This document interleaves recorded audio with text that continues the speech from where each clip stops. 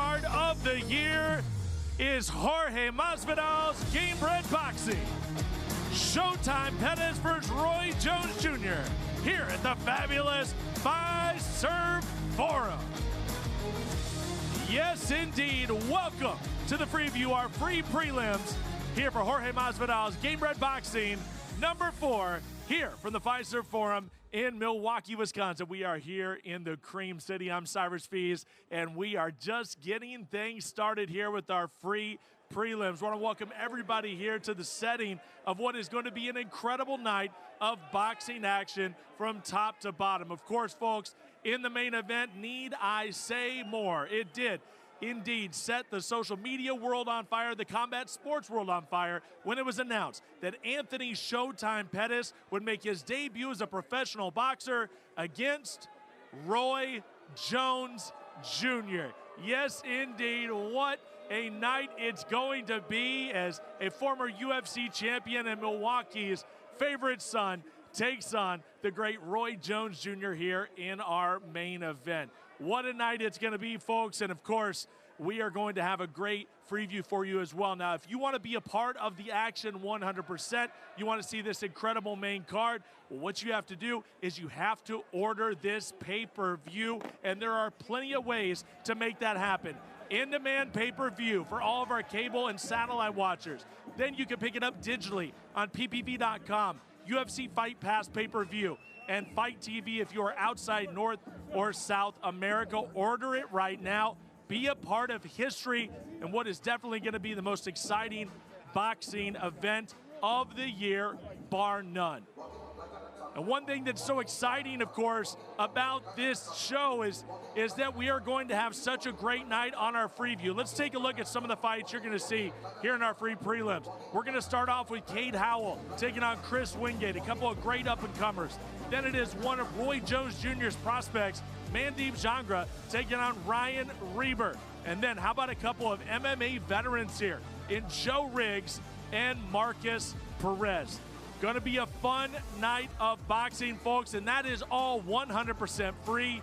Of course, getting you ready for that incredible main card that starts at 8 p.m. Central Standard Time. You know how to order it.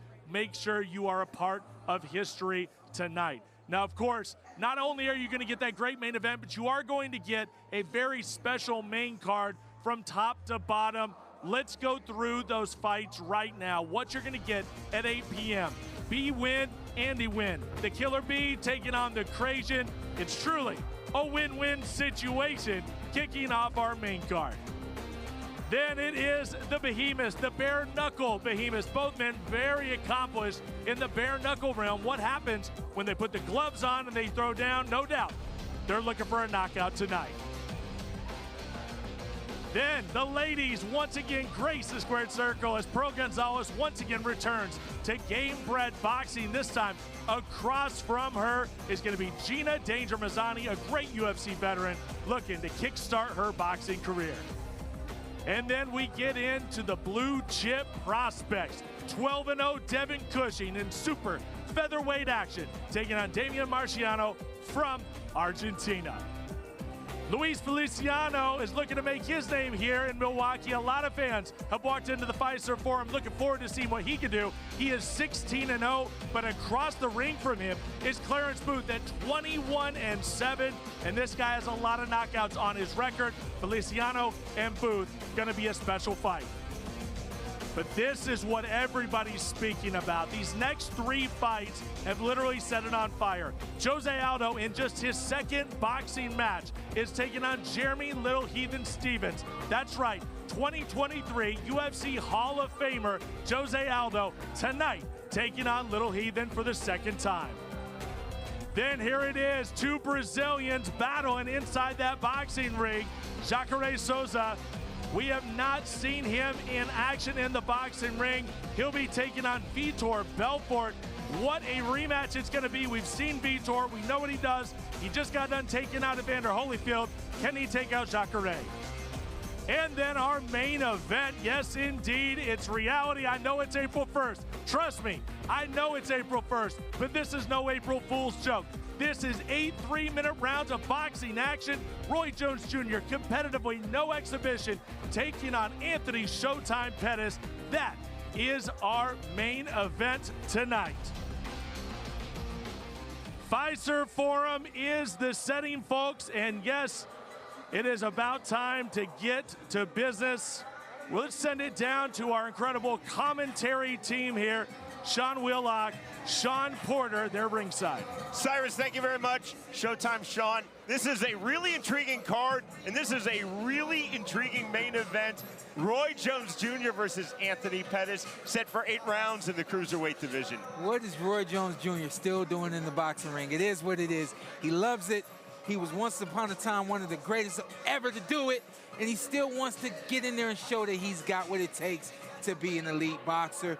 Obviously, at 54 years old, he's a little ways away from being elite, but he's taking on Anthony Pettis, who in his right was an elite fighter in the MMA world, coming over for his debut. And what else would a MMA fighter want to do but take on one of the greatest of all time? So we have a really great main event in store for you guys. This is not Tyson Jones. This is not Belfort versus Holyfield, which are exhibitions. This is a fully sanctioned fight. You can find it on BoxRec. Cyrus, of course, you know that the buzz is huge here in Milwaukee, Wisconsin. Well, I mean, it really does feel special inside the Fiserv Forum. You can feel the buzz everywhere. Once again, we're going to throw the graphic up. We want to let you know how you can be a part of history tonight, that incredible main event. It's going to be on demand for all of our cable and satellite viewers. Then, of course, if you want to watch it digitally, ppv.com has it. UFC Fight Pass pay-per-view. And if you're outside North or South America, you can pick it right up on Fight TV, and the Fight app. With that being said, folks, let's get down to business. Your free prelims start right now. It is Cade Howell taking on Chris Wingate right here on Gamebred Boxing. Cade the Golden Hammer Howell, and I'm from Pensacola, Florida, and I'm here to do what I need to do. Here to take care of business. Christopher Wingate, fighting out of Yulee, Florida, and I'm here to box and make some money. I plan on just doing my thing, being myself, outboxing him. If he wants to try to brawl this time, then I'm still going to outbox him, and if he wants to wait, I'm going to take it to him. I have to be in his chest, I have to bring the fight to him. I can't box with him. The kid's boxed his whole life. I love the sport of boxing, but I took some time to do MMA, and that's his bread and butter. So if I stand there, try to play that boxing game with him, it's not gonna be a good night for me. I have to get in his chest and bring that fight out of him, make it a dog fight. That's how I win. Just be myself, be Cade, be the Golden Hammer, and let my hands do the work, let them do the talking. And if I stay relaxed, be myself, then it should be a good night. I see me making the man tired and taking the fight out of him. I think that after this match, he'll have to figure out if he wants to be a fighter again.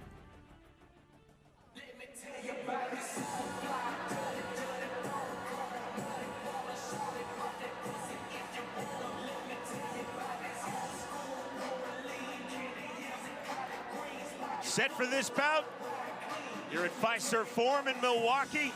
4 rounds in the welterweight division.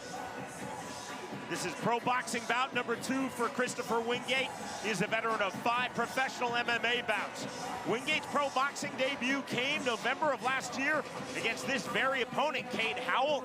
It was Howell defeating Wingate by way of 3rd round TKO. In our fighter meeting, Wingate said, "My mistake was I tried to outbox Howell. I have to approach this rematch like what I truly am, an MMA fighter. I have to make it rough. I have to make it rugged." Yeah, you know, the question is, if you try to outbox him, how did you get TKO?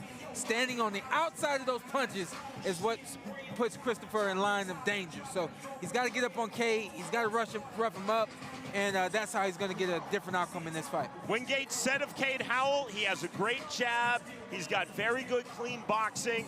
Wingate said, "I tried to out-jab the jabber in November of last year. I won't make that same mistake this time." Wingate, who's naturally right-handed, said, "I'm also going to continually switch to southpaw.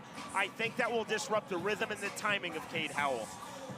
Easier said than done. If you're going to do that, make sure it makes sense. Switch and be effective when you switch. I hate to see a fighter just switching stance and never having a rhyme for that reason. Wingate said, I cannot allow Howell to dictate the pace, make this a technical boxing match. I have to stay in his chest, and I have to stay in his chest with volume. I agree. That is how he's going to get the job done tonight. Stay in K's chest, rough him up, and make him uncomfortable.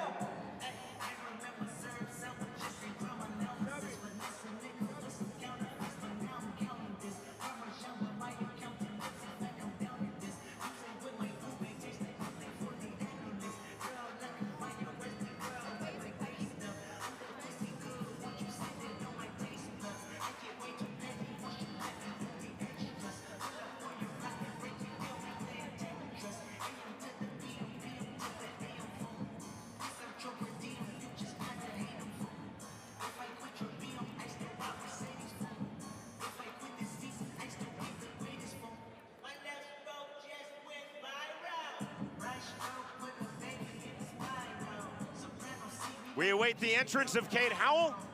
Christopher Wingate, as you see, holding center ring. Cade Howell enters 3-1 in his pro boxing career. All 3 of those wins by way of knockout. 2 of those knockouts in the first round. The knockout that wasn't in the third round, again, versus Christopher Wingate, his opponent in this bout.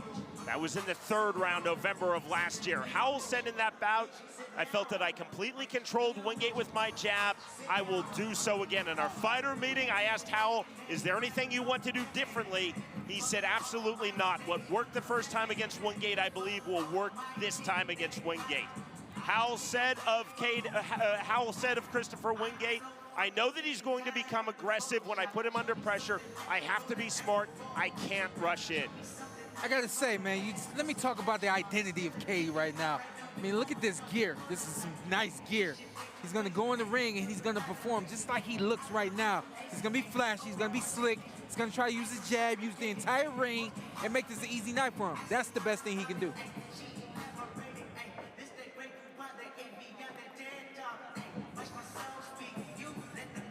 Four rounds at 147 pounds. You see our tale of the tape. Cade Howell versus Christopher Wingate. Howell 10 years younger at age 24.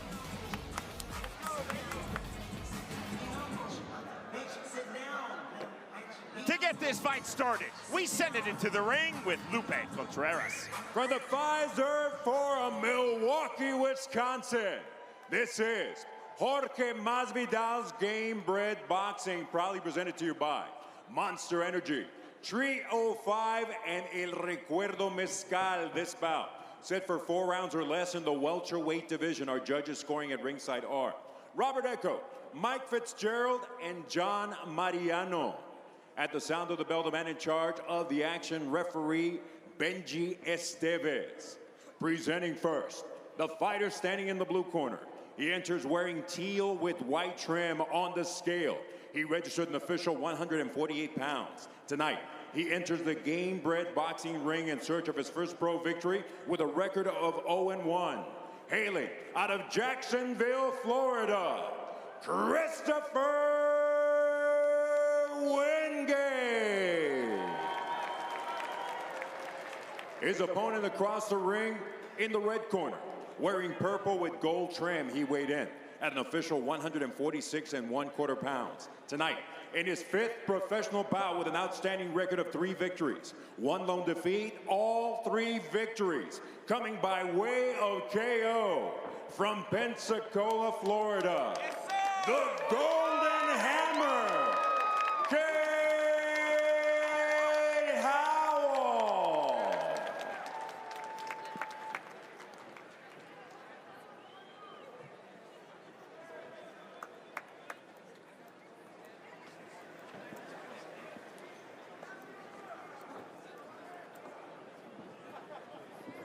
Cade Howell's primary trainer is his grandfather, Tommy Kimmons, who's just now exiting the ring. Howell said his grandfather, who he calls his pappy, taught him, walk down my opponent while always thinking about defense. Round number 1. Purple trunks for Cade Howell, teal trunks for Christopher Wingate. Snap jab immediately from Howell. I'm sorry, I almost cut you out. I'm seeing some Roy Jones similarities right here from Cade with his hand down, the up jab, the fast, quick jab right there, and the nice little hooks coming off of the jab as well. Feinting on the level changes, Wingate, you see the fast hands of Cade Howell. There's the overhand right into the entry for Wingate. Call for break from referee Benji Esteves. Right back to it, 30 seconds gone, round number 1. 3 punches right back in sequence from Cade Howell. Snap jab from Howell.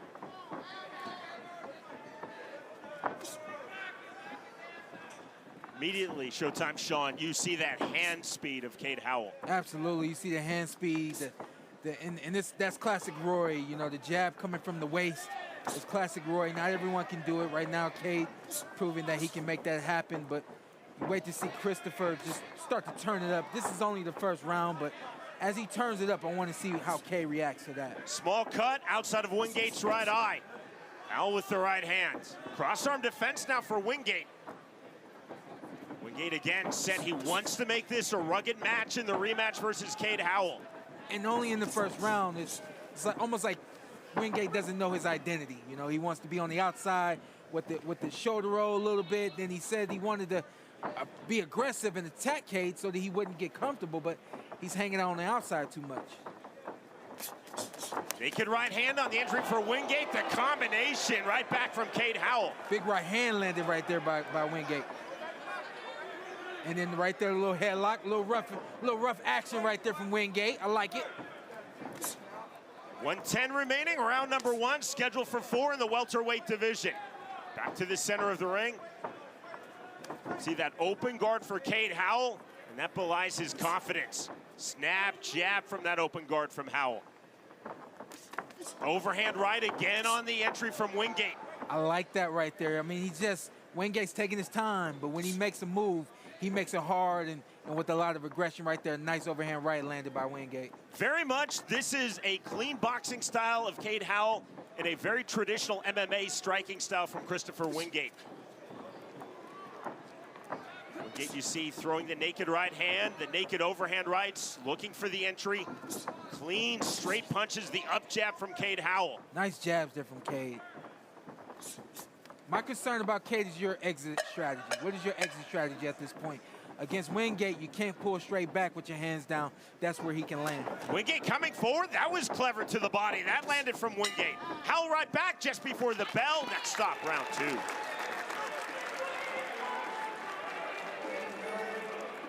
You are with us live worldwide on our Freeview.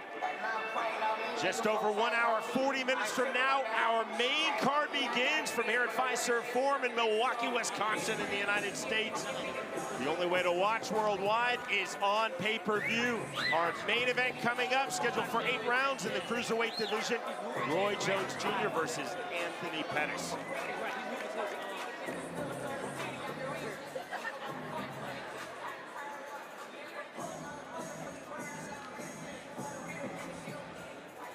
You see that abrasion?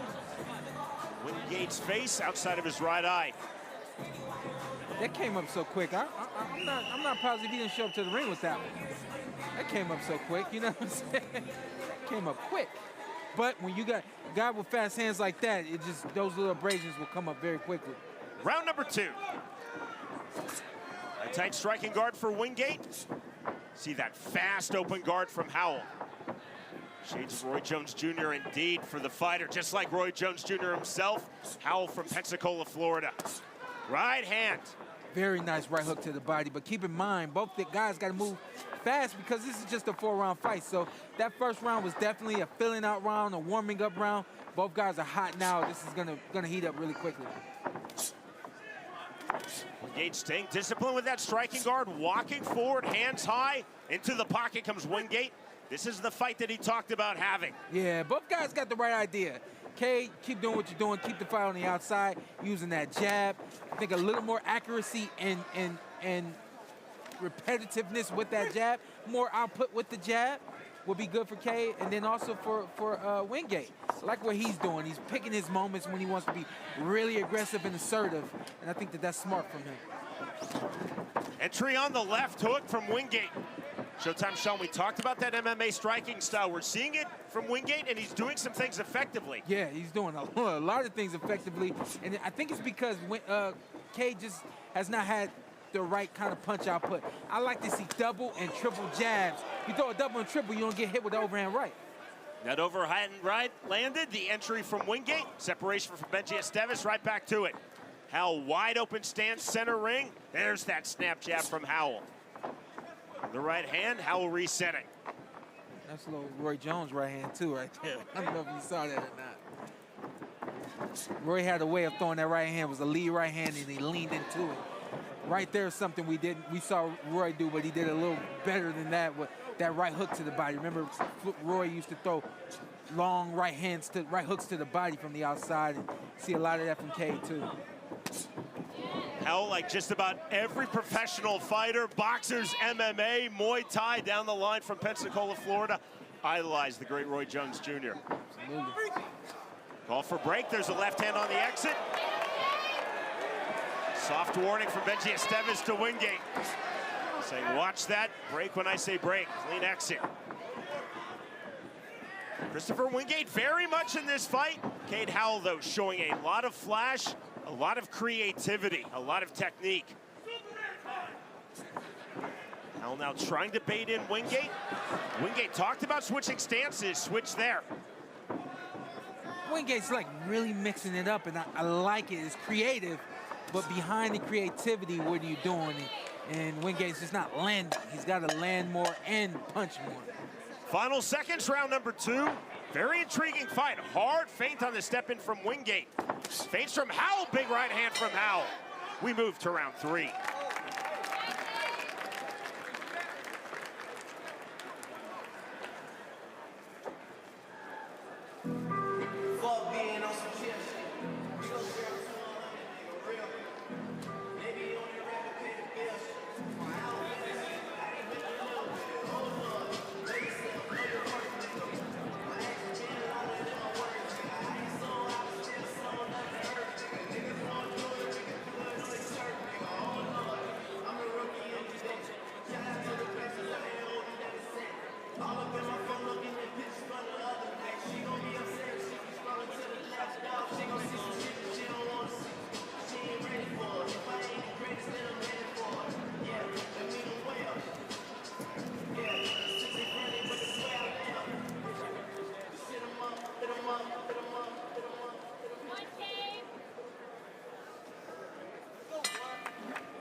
Round number 3 underway.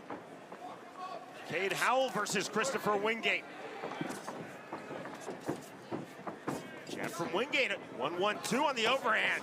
Right hand. More pressure now from Wingate.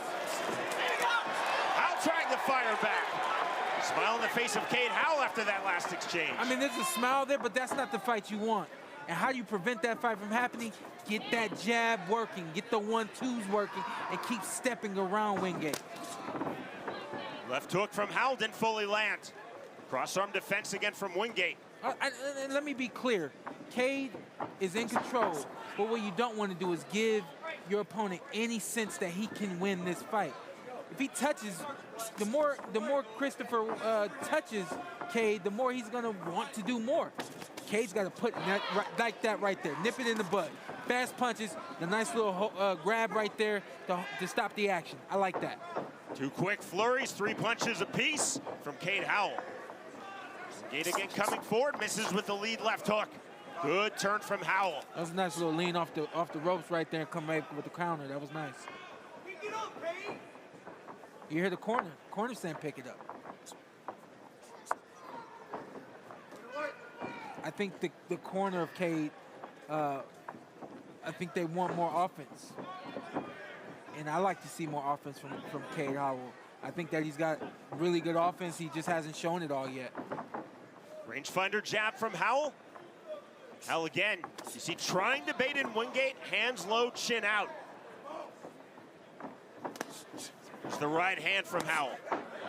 Right hook to the body. Now Wingate playing back. Wingate's confidence, you can see physically growing throughout this fight, Sean. Yeah, the confidence of Wingate is because he's just a punch away. And the more you allow your opponent to stay right there just a punch away, the more they're going to want to press on and make that punch land. And that's why Wingate is still in there, because Howell has not given him a sense that he can't hit, that he can't do anything with him. Howell, you see the elusiveness, the head movement? Now a jab to the chest from Wingate.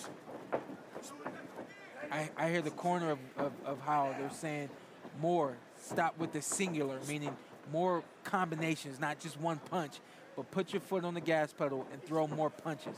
The volume of Howell, which was outstanding in round one, has really dropped down measurably here in round number 3 as Wingate lands that big jab. Closing stages of the third round. Howell trying to stay elusive on the outside, throws that jab and lands it. Quick jab right back from Wingate off the mark. Feint on the level change, jab from Wingate. Wingate switching stances again. We move to the 4th and final round.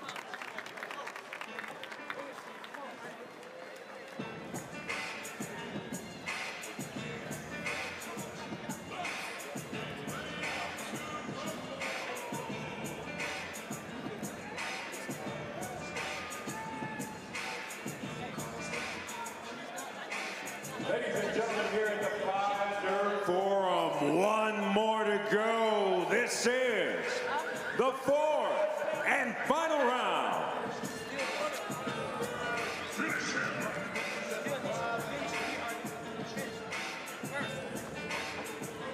Here we go. We finally got a replay right here. We see Cade, the lean in right there with the chin out. He's just kind of baiting Wingate in. And then right there, I like to see a lot more of this right here in the last round. Those combinations being thrown, the fast hands, quick hands of Cade Howell, landing punches on the outside. That's where this fight's supposed to take place and end for Cade Howell.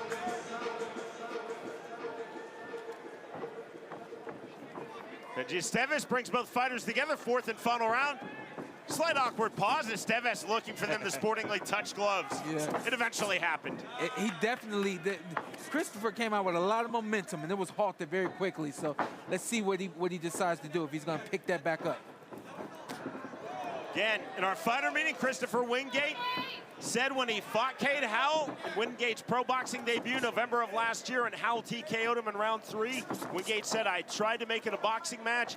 I'm going to make this rugged, rely more on my MMA style. And Wingate very much in this fight here in round number 4, although Cade Howell has definitely had his moments, definitely shown some flash, some real technique. Wingate is in the fight. I have not given him any of these rounds because he's just hasn't had the work rate, punch output that Cade has had. However, I do believe that Wingate is strong enough to finish this fight very strong and do something to worry Cade in his corner. Howell already visibly turning up the temperature here in round 4, early stages, from what he did in round 3. And that's what you got to do at this point. You know you're in 4 rounds. You know this is the last round, and we call it emptying the tank. Basically, when you in this last round, you're supposed to feel like there was nothing else you could do. 140 remaining, 4th and final round. Duck under from Howell. There's a lot of slickness from Howell, just 24 years old. This is just pro boxing bout number 5 for him. A lot of slickness. I like to see him capitalize on the kind of style that he has. You carry your hands down there at your waist. You never know which punch is coming first, and you never know what the angle is going to come at. You don't know if it's a jab, a hook, an uppercut, what it's going to be. So I think Cade's got a lot of tools that he can use. He just got to sharpen them and start using them. Short right hand in the clinch from Wingate. That's the type of rough and rugged MMA style boxing striking he wants to use in this fight. Final 60 seconds now. Howell again on the outside. Open striking guard. There's the hook to the body from Wingate. Now on his back foot. Wingate coming forward to the body.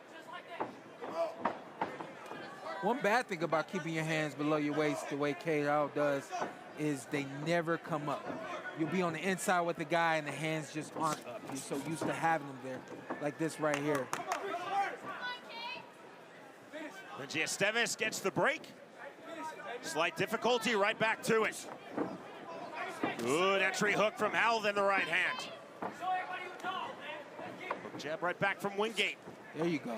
That's what I'm talking about capitalizing. He made him miss and he made him pay. Leaned off of the jab and then came back with a right hand of his own. Flurry on the inside from Howell. Howell playing to this Milwaukee crowd into the clinch. That's the end of the fight. Very competitive. Well done from both Cade Howell and Christopher Wingate.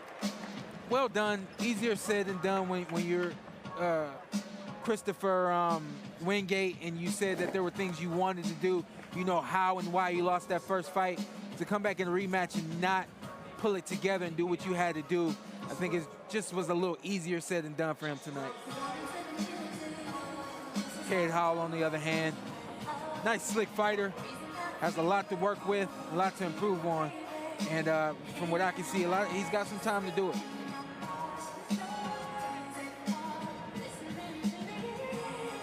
Christopher Wingate in his corner as we await the tallying of the 3 Wisconsin Commission judges. Seems to feel pretty good about his performance.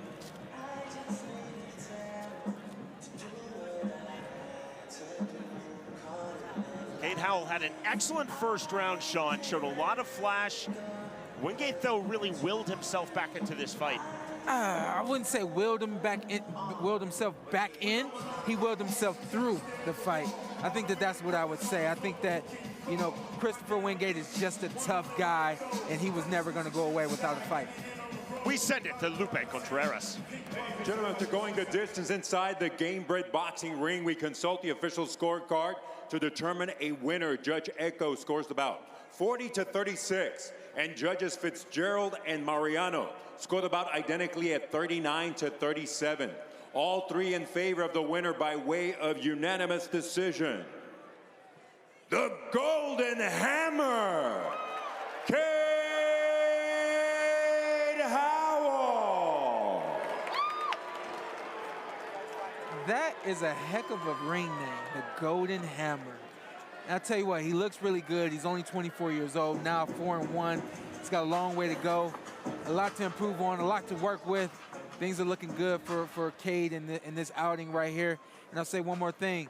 When you're called the Golden Hammer and you got something to do, man, you got to improve everything that you got so that you can become that Golden Hammer on fight night. He was like, I saw glimpses of a Golden Hammer. I'd like to see more of that in his next fight. Full credit to Christopher Wingate in this rematch, going the distance, making it as he wanted, a rough and rugged fight. And full credit to Cade Howell, now 4-1 for the 24-year-old, showing a lot of flash, a lot of skill, most definitely a welterweight to watch. The winner, by way of unanimous decision, Cade Howell defeats Christopher Wingate. All right, folks, you just saw a great match out there, kicking things off here on our preview. You know what it's all about, though, that incredible main card. Roy Jones Jr., Anthony Pettis, Jose Aldo, Jeremy Stevens, and Vitor Belfort, and Jacare Souza. Here's how you can get the pay-per-view very quickly. Let's take a look at it. We want you to be a part of history tonight. For all of our cable and satellite viewers, it's in demand. For digital pay-per-view, you can get it on ppv.com, UFC Fight Pass pay-per-view, and Fight TV if you're outside of North and South America. Once again, order right now. Be a part of the most exciting boxing event of the year. Now, we have had an incredible crew that's been following around our main event fighters in Anthony Showtime Pettis and Roy Jones Jr. Let's take a look at the road to the ring for Gamebred Boxing.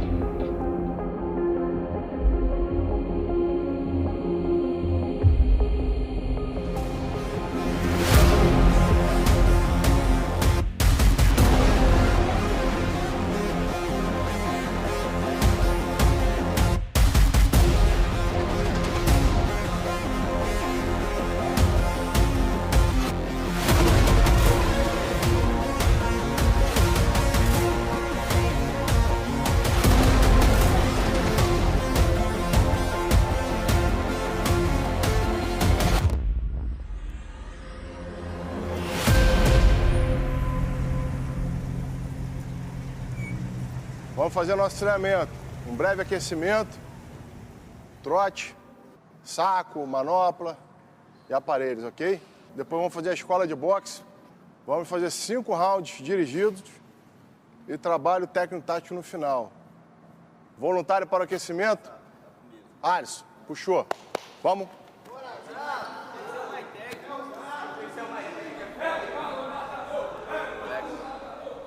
A minha relação no boxe começou fã de Mike Tyson, né? Então, quando eu comecei a lutar, vale tudo, o MMA, né? Atual, eu falava pro Giovanni Diniz, que foi meu primeiro professor de boxe, eu falava que queria ser igual ao Mike Tyson, né? Então, ali começou a paixão pelo boxe. Então, o Dedé, na época, quando eu comecei a treinar para lutar o MMA, né? Então, ele falou, não, esquece um pouco o jiu-jitsu, você tem que começar a treinar boxe e o kickbox, né?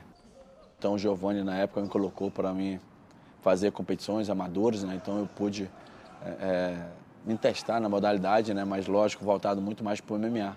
Então eu já tinha esse sonho de estar competindo no boxe, né? Acho que eu tenho uma idade boa ainda para estar me testando dentro da modalidade. Eu acho que eu já venho treinando já, especialmente aqui na Marinha, já há um bom tempo.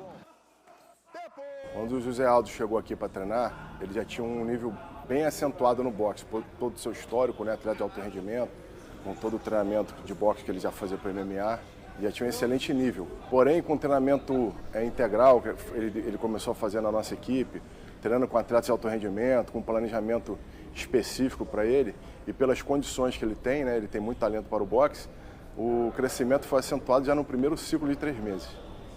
E um trabalho também buscando fazer um polimento em toda a sua preparação física, técnica, tática e competitiva, como ele vem fazendo, e agora a gente vai intensificar um pouco mais os sparrings. Por cima da esquerda dele, isso, aí ó, esse golpe reto aí na média aí, ó. O Nemo está tomando conta praticamente do treino todo aí, que é um grande treinador, então estou vendo esporadicamente dar uma olhadinha aqui, dar um bizu pelo conhecimento que a gente tem, né, juntos, e aí às vezes eu consigo ver uma coisa que quem está pegando ele agora não consegue ver. Mas está sendo muito prazeroso estar aqui e acompanhar, com certeza, essa nova fase do Aldo. A nossa programação é que ele seja um campeão gigante também dentro do boxe, nessa categoria de peso dele, né? Então a gente está sempre querendo subir os degraus e chegar no lugar mais alto. Acho que a estreia do boxe foi bem legal, assim, eu acho que foi tudo aquilo que eu imaginava, né? Eu acho que voltar a lutar em casa, com toda a torcida, amigos em volta. Minha filha estava junto comigo pela primeira vez, ela pôde ver uma luta do pai junto, então tá ali aflita, nervosa, né? Torcendo. Para mim, o Aldinho, né, o terceiro, não está influenciando em nada, não atrapalha em nada, graças a Deus o moleque dorme bem, fica sossegado. Senhoras e senhores, chegou a hora. A partir de agora, você faz parte da história desse monstro, dessa lenda do nosso esporte, Hall da Fama do UFC, José Aldo Júnior. Acho que falta um pouco ainda para mim, eu tenho que fazer algumas adaptações, treinar cada vez mais forte, mas eu acho que foi uma ótima estreia, eu acho que a gente pode mostrar, né, para todo mundo que a gente não está visualizando, eu acho que uma luta de boxe, sim, a gente possa dar uns passos mais para a gente chegar um pouco mais longe. O rei do Rio de Janeiro, José Aldo Júnior! Acho que a luta com o Jeremy Steve é uma nova história, né? Pelo fato de a gente ter lutado já dentro do MMA. É um cara bem duro, é um cara que é agressivo, que procura a luta, né? Começou ali parelho, ele tanto atacando, eu atacando, né? Os dois procurando a luta em pé. E eu lembro que eu fui andando um pouco para trás assim, né? Onde que eu pisei em falso no octógono.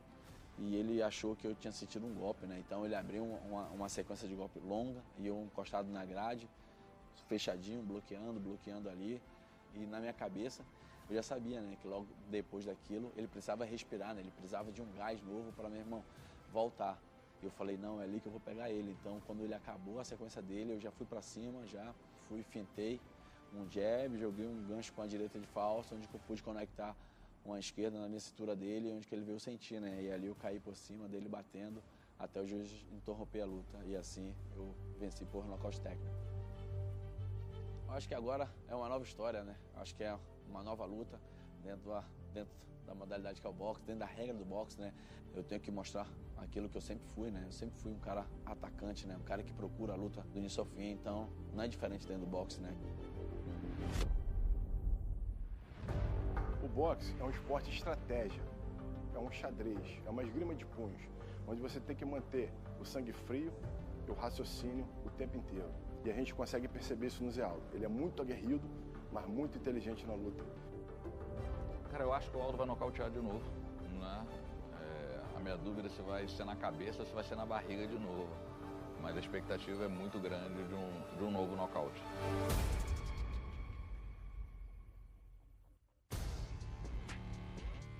My manager, Lloyd Pearson, sitting there with Dean and Jorge, calls me up the next day. Hey Jay, I got something for you, wild opportunity, what is it? Jose Aldo on April 1st, close to my hometown, Milwaukee. That's all I needed to hear. 8.5 weeks, are you ready? I was fucking born ready. The Midwest Monster's coming back home. Boxing is something I've been doing a long time. It was the first thing I became a fan of. Love opportunities with my hands. You know, and we still got time to build, and that's the beautiful thing is I can still take it as a Fortune 500 company, get my feedback, and continue to grow, continue to capitalize, continue to put my will, my intentions, my passion, my love, my being into this. And April 1st, no different. Knocking a motherfucker out, leaving him on the canvas, leaking, drained. Stevens wins, boom.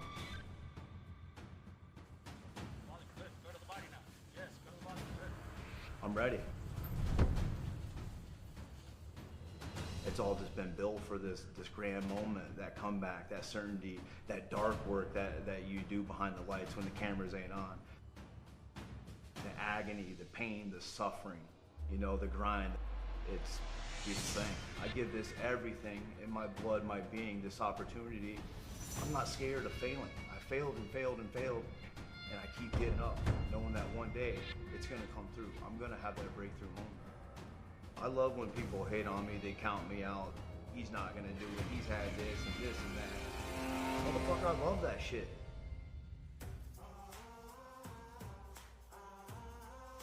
I love showing up on Thursdays when these young bucks ain't in there and you're like, they know what you're doing, they see the work that you're putting in. When they're rolling off and you're still on the treadmill, you're still out running, you know, it's a thing because most guys, what I find out is they're just not willing to put in the time. Be a man, you know, muster up, keep showing up. You know, how much more can you give me? Like, and I feel like now is my moment to let it all out, prove to the people, prove to myself, accept that challenge, conquer that challenge. You know, I've been a big-time fan of Floyd Mayweather, his defense, his ability to compete at 40 years of age. I'm 36. His day in, day out. Why is he able to train? How is he able to train? Him putting in the work to get the therapy, the body work, to keep showing up, and excellence, which is 80 to 100% day in, day out. That's real testosterone, real natural, real intellect, and a person who's willing to progress, and he's making the biggest money because he's thinking outside the box.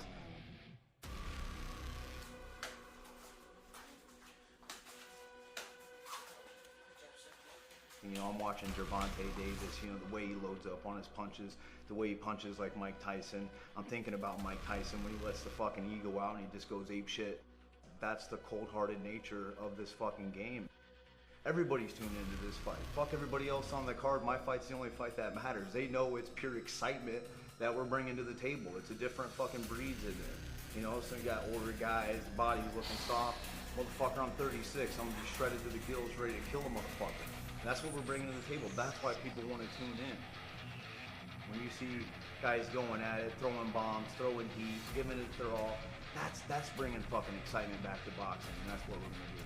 You know, this guy, you guys call him a legend, this and that. You know, I call him an opponent who's coming to take everything from me, steal money off my table, food off my kid's table. Nothing's getting in my way. I'm coming for his fucking head, and I'm claiming the clock. You know, that's the ferocious nature that I like to bring to the table.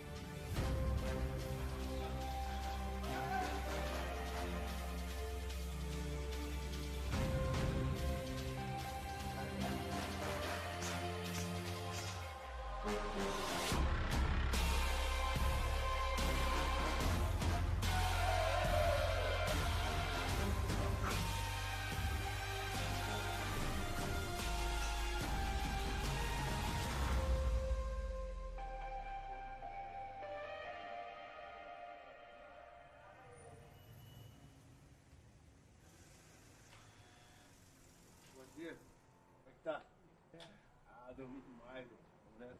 Vamos fazer força agora, cara. Vamos nessa.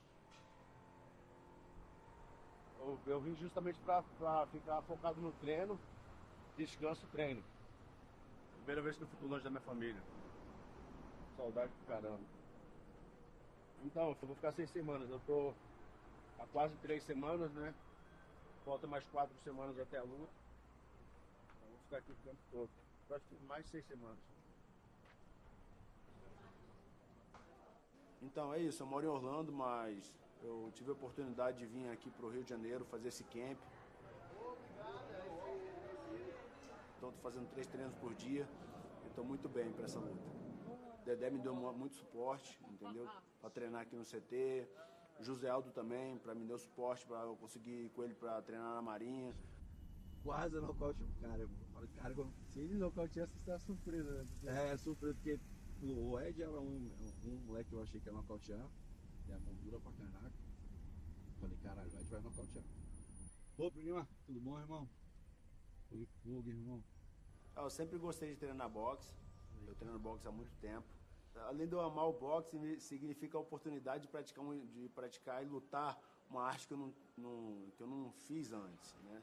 A oportunidade de entrar no ringue e lutar boxe, pra mim é muito bom, entendeu? É um desafio novo. No boxe, o principal desafio é a movimentação, você conseguir cadenciar a luta também, é muito importante. Mas eu acredito que eu estou bem focado, eu estou fazendo um camp muito bom e vou chegar pronto para essa luta. Nós observamos que ele tem bons fundamentos na modalidade e tem uma coisa muito importante para um lutador, ele tem um psicológico muito forte, ele é muito confiante. O que é importante é que a união faz a força, né? É à toa que o Dedé é da Nova União, né? Então é por isso que a união faz a força, né? E a Marinha está dando um grande suporte, porque a gente tem que entender o seguinte, que uma andorinha só não faz verão. Então, a gente com 4 andorinhas como técnico aí, com certeza a gente vai ter um grande resultado, não só pro Aldo, como pro Jacaré também, e pro Brasil, né? Para mim é muito legal ter a oportunidade de aprender, entendeu? Eu percebo que muitos ali veem a gente como ídolos, mas estamos ali para aprender. Então a gente é super normal, entendeu? E super humilde também para falar, pô, me ensina aquele movimento, como é que se faz isso, como é que se faz aquilo, entendeu? Vamos, trabalha. O Jacaré é um cara muito aguerrido. E o Vitor no boxe é um cara muito técnico e explosivo. Eu vejo o Vitor começar muito forte, tentando um nocaute. E vejo o Jacaré aguentar a pressão e chegar no final, vencer a luta por nocaute. O Vitor Belfort, os cuidados que eu tenho que ter é principalmente com a mão esquerda dele. Ele é muito perigoso. Ele tem uma direita também cruzado que assusta bastante. Mas eu estou pronto, estou preparado, estou fazendo um bom tempo de treinamento e vou surpreender. Na primeira luta com o Belfort eu estava muito forte, focado. Sabia que ele é um adversário super perigoso, ainda mais nos meus primeiros minutos. Então eu entrei bem ligado na luta, consegui colocar meu jogo em prática, consegui botar para baixo, cortado com a cotovelada e vencer a luta por nocaute técnico. Eu acredito que para essa luta o Vitor vai vir focado, ele não vai querer perder 2 vezes para mim.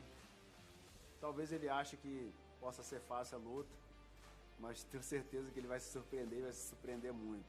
Quando eu encostar a mão nele, ele vai sentir o poder. Faltando 2 semanas para a luta, o trabalho ele é todo voltado para a obtenção do pico de performance. É onde o atleta vai alcançar o máximo das suas habilidades, especificamente contra o seu adversário. Então é um trabalho muito direcionado, que a gente visa condicionar as táticas específicas para o adversário dele. Já ganhamos ele uma vez no MMA, que agora vamos tentar vencer ele no boxe, e com certeza nós vamos vencer.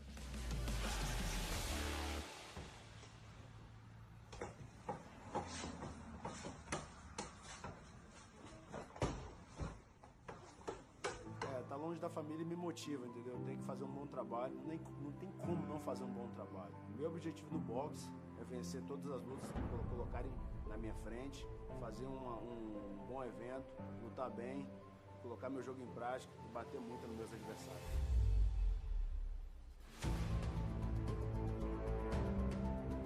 Cara, lutar esse card é muito louco, porque é um card normal, né? Super, hiper card. Onde você vê Roy John Jr., José Aldo, Belfort, entre outros grandes atletas ali no mesmo card, faz a gente se sentir animado e, tipo assim, com mais vontade de treinar e chegar lá e fazer um bom trabalho, porque não é todo dia que você tem um card desse pra lutar, não. E eu tô nesse card.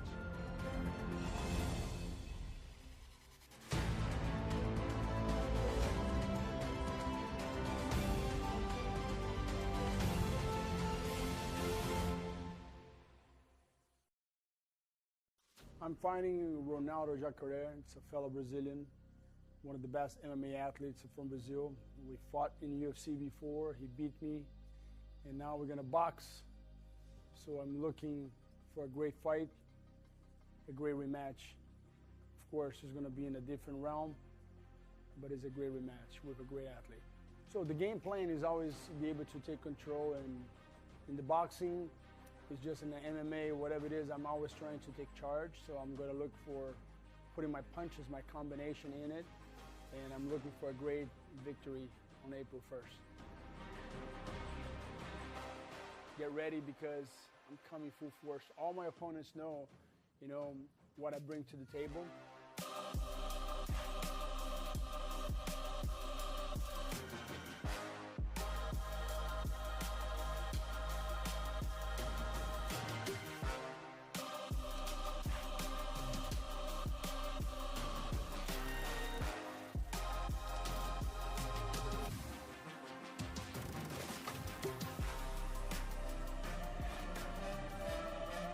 Boxing's always been a passion of mine. I brought boxing to MMA. I literally was the guy who opened the seed and understanding how important is the hands in the MMA community. And I never had a chance to box. I remember when Muhammad Ali and his lawyer, they tried to convince me to drop MMA and go living and making money in the boxing world, because MMA back then that you cannot make money, but they don't allow me to do both. So I choose my passion. I don't regret. Literally had a great career in MMA, but now I got the chance to box and fulfill my dream. It's a great sport. It's something that keeps me in shape. It's a great competition. It's literally is the best way to exercise in an advanced age. I consider boxing as one of the best workouts. I think MMA fighters, they should box. Boxing is part of martial arts. And my dream is to put it together. I design a glove so they can put it together. They can meet in the same ground where both athletes can have an advantage. But of course, when an MMA athlete goes boxing, a professional boxer, the advantage is always going to be to the boxer. But if we can, make the ground even a little bit, and I patent this glove, I'm looking to put this BMA, I call it the BMA gloves. It's the boxing martial arts, where you'll be able to see who's the best striker in both sports. That's my dream to accomplish one day, to be able to put these mega fights, and I hope soon we can make this a reality. So faith, family, it's been my backbone. You are what you trust, what you believe. And I believe whatever you think about yourself, that's who you are. And I think the lack of faith in themselves is the lack of love, the lack of, understanding the world. So the way I struck my life is God, family, and then what everything else comes after. And the reason why is because if you don't believe in a higher purpose, thinking about every time I do X-ray, you go into the tub, and it make me realize one day we all gonna be in the tub. We all gonna be, down the earth, somewhere, and we're gonna be like a moon. So make me realize that life is much more than just achieve things and doing things. And I believe a legacy is something that you can live on even if you're not here. But I think the best legacy you can live is the one that you can do for God. Thinking about what God wants from you. So faith for me is a very action. The Bible says that we're gonna reap everything that we did in the body. So that's what I love to do.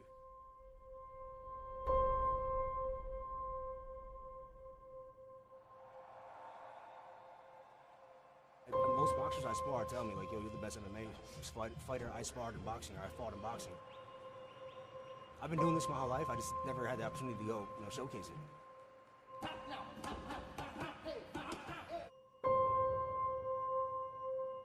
You know, him as a world champion, he has the mentality, he has the great attitude, you know what I mean? He's a world champ, he's been a world champ 2 times, you know what I mean? So it's just a different discipline, but your attitude, your mentality has to remain the same. Today we are at Capitio Boxing Gym in Las Vegas, Nevada, man, my new hometown.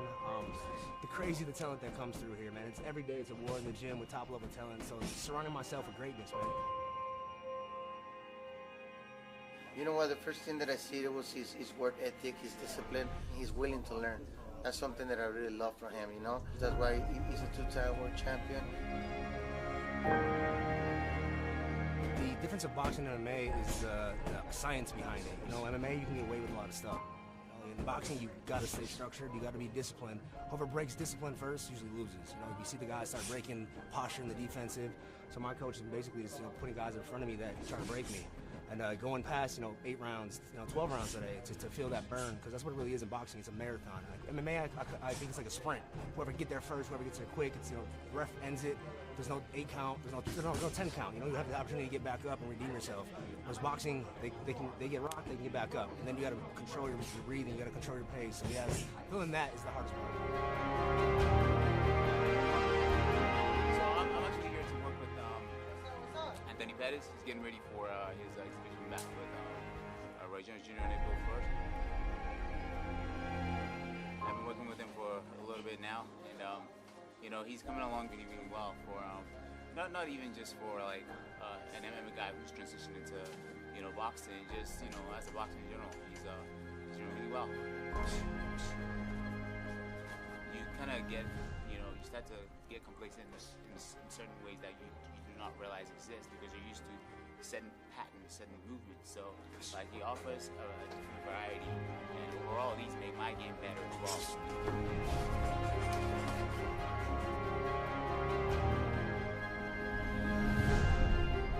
First of all, I want to beat Roy Jones Jr. I think like that's the thing that's in front of me right now. I sparring these guys that I'm going against, top-level guys. I outsparred Caleb Plant last week. I'm going against, fighting the best guys I could spar against and testing my skills and knowing where I'm at. I think I'm right there. I think I will surprise a lot of people with my boxing skills.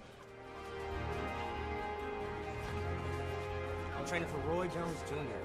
Crazy, like growing up watching this guy and making my professional boxing debut against Roy Jones Jr.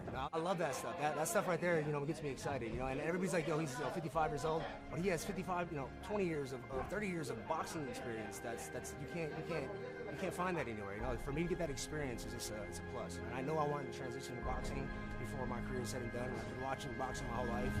This opportunity came up, and I couldn't say no. We'll focus on making him comfortable on the ring, make him feel comfortable on his distance, comfortable on his reach, you know what I'm saying? But still, we gotta stay alert.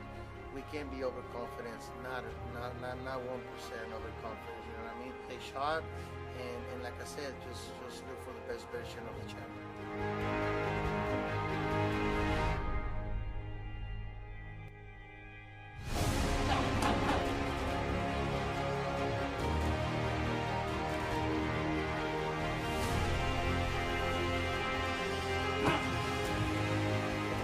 Jones has more pressure. I think, he's done everything he needs to do in the sport.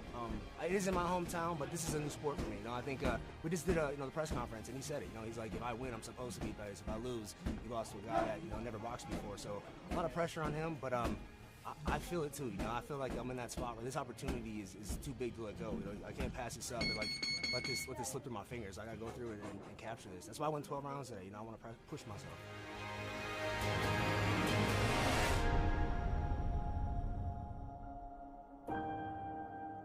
Homecoming, man, and against Roy Jones Jr. in a boxing ring, I couldn't ask for a better life. I don't pray no more for wins. I just pray for my best performance. I want to go out there. I had a healthy training camp. May the best man win.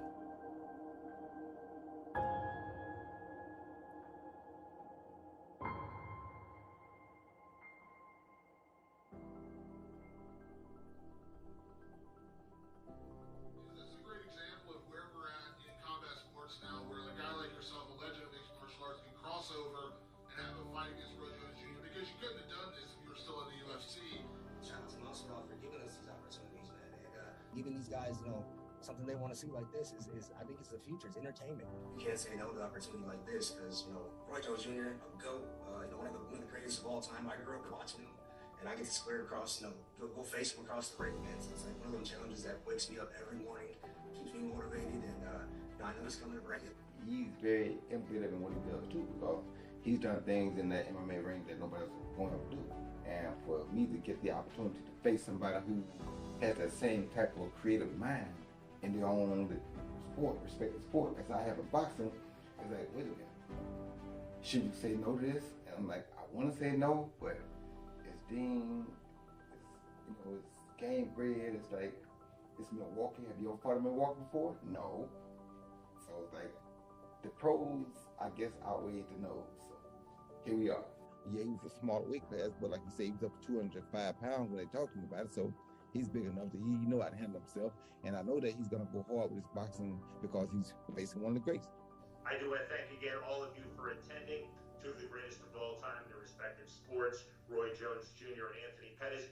We'll see you fight week to remember. It's Saturday, April 1st in Milwaukee. Thanks for watching. There it is. Now.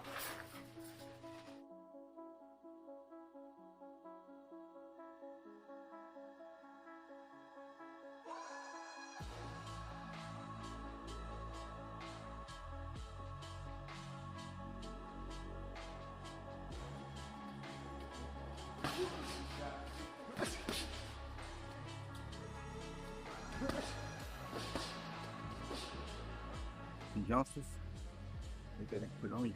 So what you have to do is, you gotta be smart about it.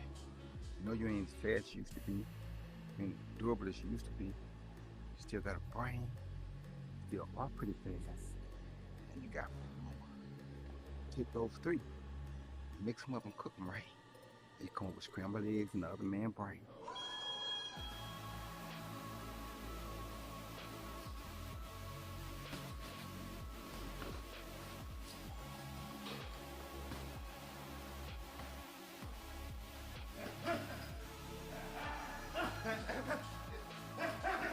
Old school.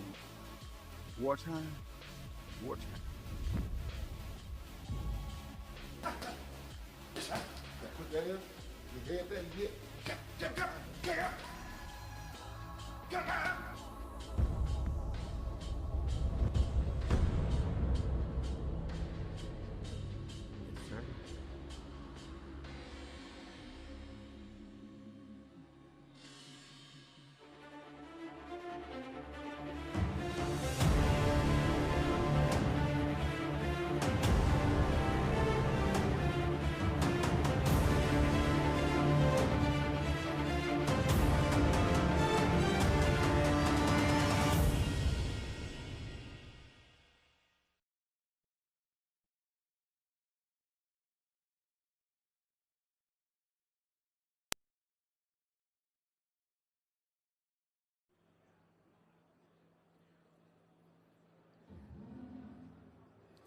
And welcome back to the Fiserv Forum here in Milwaukee, Wisconsin. And we are still right in the middle of your free view, right in the middle of your free prelims as we get ready for that incredible main card starting at 8 o'clock Central Standard Time. Already been some great action. You saw the road to. It got you hyped up for, of course, that incredible main card. Now, we do want to let you know how you can be a part of it. So let's take a look at the order instructions right now. Now, of course, if you got cable and satellite, it's easy. It's right there on In Demand. Just as easy to get it digitally. PPV.com, UFC Fight Pass pay-per-view. Outside of North and South America, you get it on Fight or the Fight TV app. That's how you can be a part of what is going to be the most unique boxing event of the year, hands down, no doubt about it. Nothing else is coming along this wild in one night. Speaking of which, let's talk about your feature bout, your co-main event, and your main event tonight. The feature bout of the night,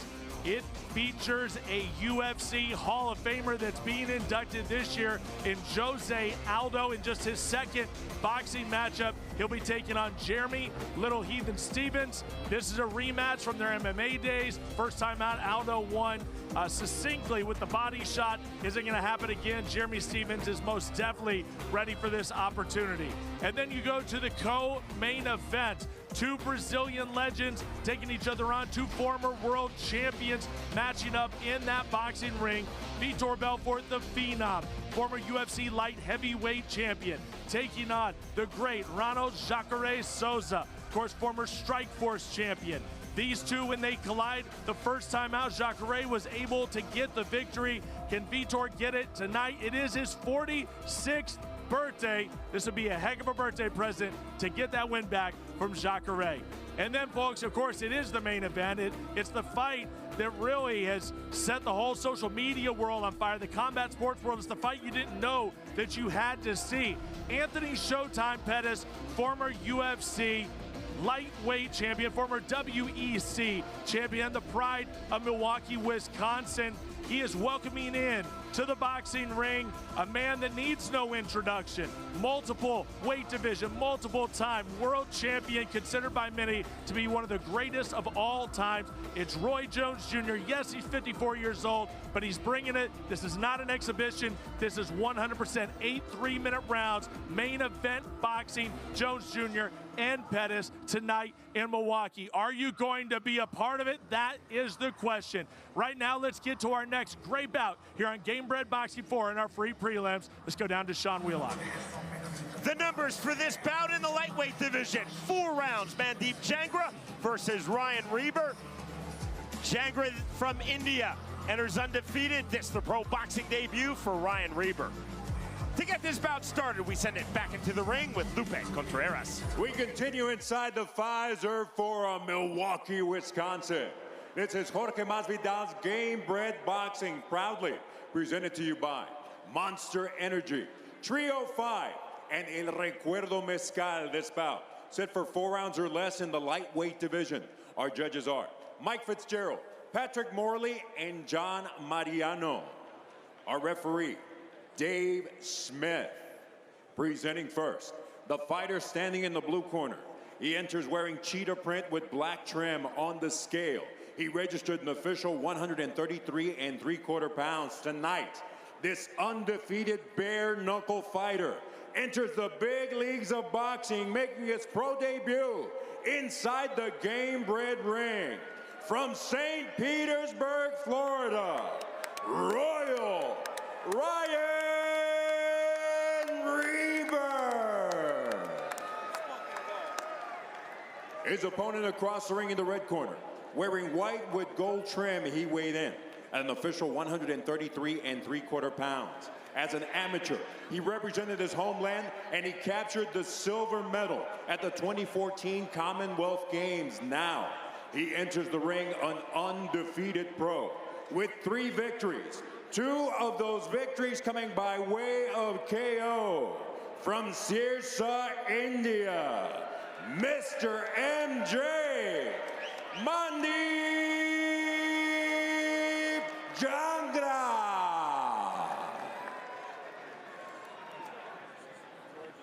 Referee Dave Smith calling both fighters together. Mandeep Jangra, 3-0 in his pro boxing career. 2 of those 3 wins by way of knockout. An outstanding amateur career for the fighter from India, Mandeep Jangra. 123 wins against 27 defeats.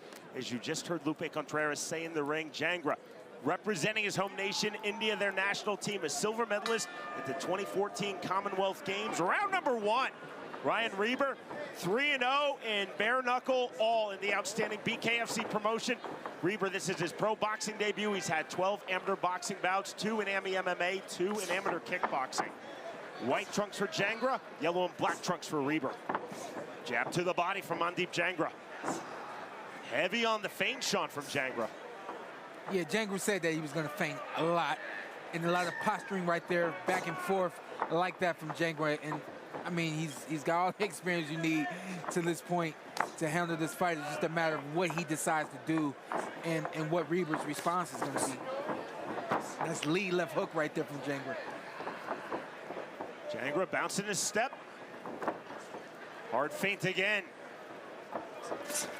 Free left hook, right hand. Reber pulling back from the right hand. Jangra with a jab to the body. A good right hand thrown by Jangra. Now the jab to the body. A lot of creativity we're seeing from Jangra. I was just about to, you know, I think we spoke on not judging a book by its cover earlier. I saw Jangra yesterday. I saw him today. He's got glasses on. He's covered up. Didn't look like he had any muscular form to him. This kid's got some rhythm. He knows the punches he wants to throw. He's got some pop in his shots. I like everything about Jangra so far. Look at that right there. A little flash. I like it. I've commentated in BKFC all three of Ryan Reber's fights, all three wins. This is the most muted that Reber has looked, and he takes that overhand right hard. Reber playing very defensive and now playing all defense. In the clinch, separation by Dave Smith. Smith telling Jangra, don't punch to the back of your opponent's head when I'm trying to break. I think Jangra was doing the right thing there. I don't like to say much about the officials, but... Big left hand, and that drops Ryan Reber. That right there was coming, and I thought that the ref stopped it. That's ruled a slip. Dave Smith telling Jangra, you push down Reber, not ruled a knockdown. That was a little confusing. I think that was clearly a knockdown. Lee left hook. We won't cry about spilled milk. What we'll do is we'll keep moving forward and see how Jangra sets this up again. One-way traffic at the moment for the fighter from Sirsa, India, Mandeep Jangra. Jangra looking outstanding against a really talented pro combat sports athlete, Ryan Reber. I like it. See Reber that right taking there. that left hook. You see a lot of straight punches are gonna. Oh, now that's nice. a clean knockdown off the right hand. And here's the mandatory 8 count from Dave Smith.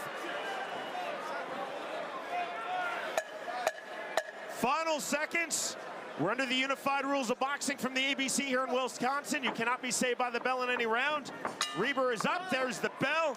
That ends round 1.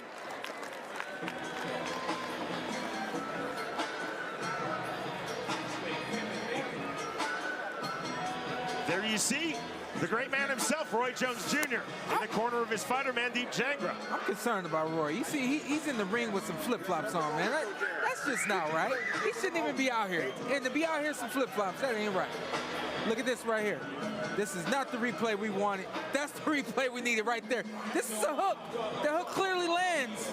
That was ruled a slip by Dave Smith. And I think the ref was just not in the right position. He also said that Jangra pushed him, and that's what caused the knockdown. So, I mean, the punch lands, but then, yes, his arms push out, and that's what caused, I guess, that final bit of the knockdown. We didn't get the actual knockdown replay real quick. We got a lot of straight shots. After the straight shots, we get a lead left hook. So look for that this round. Once you see a barrage of straight punches, maybe 4 to 5 if you keep count, then you see a lead left hook coming from Jangra. Round number 2. Again, there was the one knockdown. Jangra seemed to think that he recorded 2 knockdowns, but again, ruled just 1 knockdown. The other ruled as a push by Dave Smith, so presumably 10-8 across the board. Round number 1 for Mandeep Jangra. Smith now telling Jangra, listen to me. Break when I say break. Surprised to hear Roy. He wants Jangra to go to the body this round. Obviously, that breaks you down, but just with as efficient as Jangra is from the outside, I'm surprised to hear Roy tell him to go to the body. 3 jabs from Reber. Jangra pulling back. Very elusive. Snap jab on the step in from Jangra. 2:15 remaining, round 2.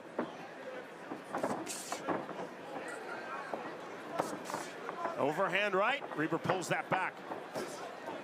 There's the jab to the body from Mandeep Jangra. Yeah, I'd rather see this bouncing action from Jangra. I think that's him fighting in his rhythm. I think if he decides to sit down and walk down Reber, I think that then he kind of puts himself, it makes it more of an evenly matched fight. Overhand right, left hook to the body. Left hook to the head from Mandeep Jangra. Jangra in full control of this fight, right hand. Reber taking more big shots with his back against the ropes. Hard on the feint, and a knockdown on the left hook to the body. Knockdown number 2. And what you're seeing right here, even though Jangra was only 3-0 as a pro, he fought in the amateurs at a higher weight class. So at this low weight of lightweight, he's got more power than most guys would expect him to have. Fast jab again from Jangra from the orthodox stance. Jab on cue. There's 3, there's 4. You see the shuffle of the feet from Jangra. He is feeling it at the moment. Left hook to the body. The roll under, left hook, right hand. Ryan Reber, such an offensive fighter, playing all defense in this bout. Taking that right hand. And that's ruled a push down. So we've had a slip, 2 push downs, and 2 knockdowns. I mean, he is clearly hurt, but the way he's hitting the canvas isn't exactly, I guess, for the sake of words, legit. Big right hands on the clinch. Now Dave Smith telling Ryan Reber, don't hold. Don't hold while you're getting punched in the head. You know, when I'm just thinking that it's only a matter of time, and Reber comes back with an overhand right, he gives me confidence that he's still going to be able to do something. There's a huge right hand, left hand. But it is only a matter of time, unfortunately. Jangra unloading. Final seconds, round number 2. 15 seconds remaining in this second round. Jab to the body. Jangra the feint, the left hook. Big right hand. More left hooks to the body, left hooks to the head. Reber cannot land the duck under the right hand. We move to round 3. You see Roy Jones Jr. in the corner of one of his fighters, Mandeep Jangra. Just under 45 minutes from now, our main card begins. The way to watch worldwide is on pay-per-view. And of course, in our main card, main event, Roy Jones Jr. coming out of retirement. His first official fight since February 2018. We defeated Scott Sigmund by way of 8-round unanimous decision. Again, Roy Jones Jr.'s bout versus Mike Tyson, November of 2020. That was an exhibition. This will be a full fight, and this fight now is over. So Roy Jones Jr. in the corner gets a win, and we'll next see him facing Anthony Pettis on pay-per-view in our main event, which starts top of the hour. And that was dominant from Mandeep Jangra. Ryan Reber will not come out for the 3rd round. This fight has been stopped, and Mandeep Jangra keeps on rolling. Now 4-0 in his pro boxing career with 3 KOs. That was a really good, was that 2 or 3 rounds? That was 2 rounds, I believe. That was a really good 2 rounds from Jangra. I think he showed us a lot of what he has. I'm pretty sure that that 3rd round was coming. He was going to show us some more. This will officially go down as 2 minutes of round number 2. It's the stoppage between rounds 2 and 3. Again, Ryan Reber, because I've commentated him in all 3 of his fights, all wins in bare knuckle and BKFC, Sean. I know he's a really tough, really offensive fighter. He just simply never had time nor space to get his offense going. Mandeep Jangra immediately seized control of that fight, and he was phenomenal. You expected more offense from Reber, but what happens when a guy comes out bouncing in and out with these feints and things like that, it stops you from being as offensive as you can be. You start to second guess yourself, and when that kind of hesitation against a fast, strong fighter like Jangra right there, you never have a chance to get started. We go to Lupe Contreras. Ladies and gentlemen, upon the conclusion of round number 2, the blue corner informs referee Dave Smith their fighter can no longer continue, obligating him to stop this contest before the start of round number 3. Declaring the winner by way of technical knockout, still undefeated, Mr. MJ Mandeep Jangra. Still undefeated. Great fight, great outing right there by Jangra. And I think this is the right platform for him. You don't want to move too fast, but you can't move too slow. So to have this kind of stage to perform on is great for him this start of his career. During fight week, Mandeep Jangra has been an absolute gentleman. Class outside of the ring, class in victory, and then class post-fight. As you see, speaking to his opponent, Ryan Reber. The fighter from Sirsa, India, Mandeep Jangra at 135 pounds. Most definitely a fighter to watch. Mandeep Jangra recording the knockdown in round number 1. It looked quite possibly that he had actually recorded 2 knockdowns in the opening round. Reber was tough, but just simply could not get his offense going, and Jangra unloaded throughout. The winner, by way of TKO due to corner stoppage, officially 2 minutes of round number 2 on the stool between rounds 2 and 3. Mandeep Jangra defeats Ryan Reber. All our preview continues. Our prelims continue here from Fiserv Forum in Milwaukee, Wisconsin. 4 rounds now in the cruiserweight division. Joe Riggs versus Marcus Perez.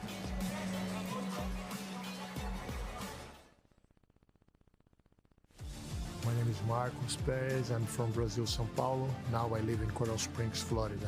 My name is Joe Riggs. I'm originally from Phoenix, Arizona. I live right now in Great Falls, Montana. Joe is a UFC veteran farmer. Have a lot of fighters, maybe 3 times more fighters than me. And he has a more experience on the boxing without gloves on the bar knuckle, but it's a boxing, you know. I never heard of him before.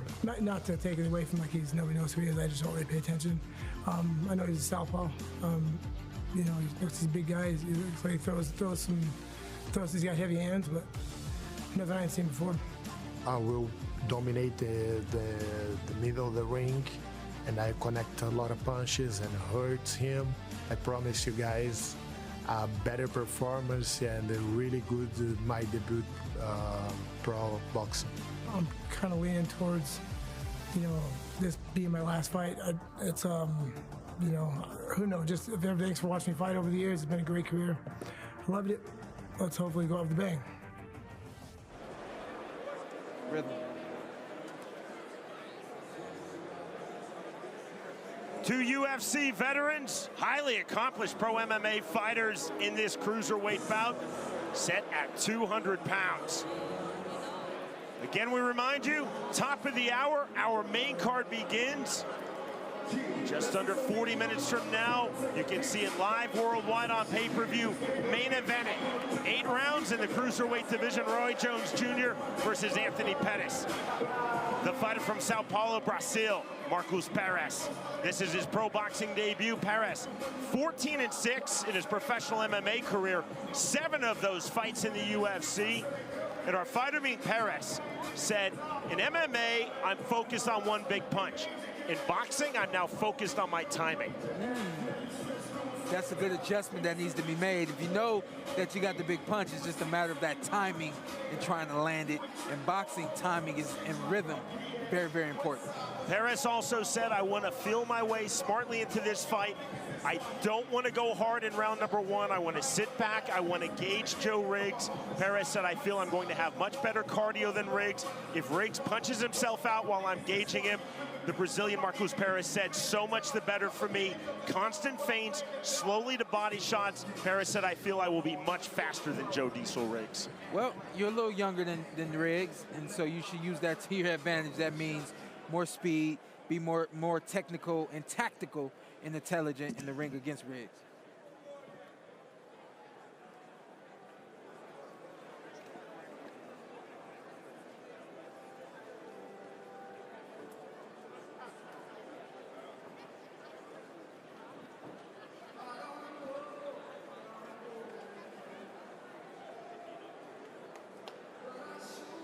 Joe Diesel Riggs, 50 wins in his pro MMA career, 45 of those 50 wins by way of finish.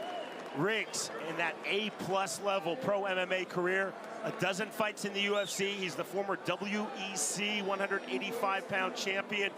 Riggs in the sport of bare knuckle has had 8 bouts, including 7 in the outstanding BKFC promotion.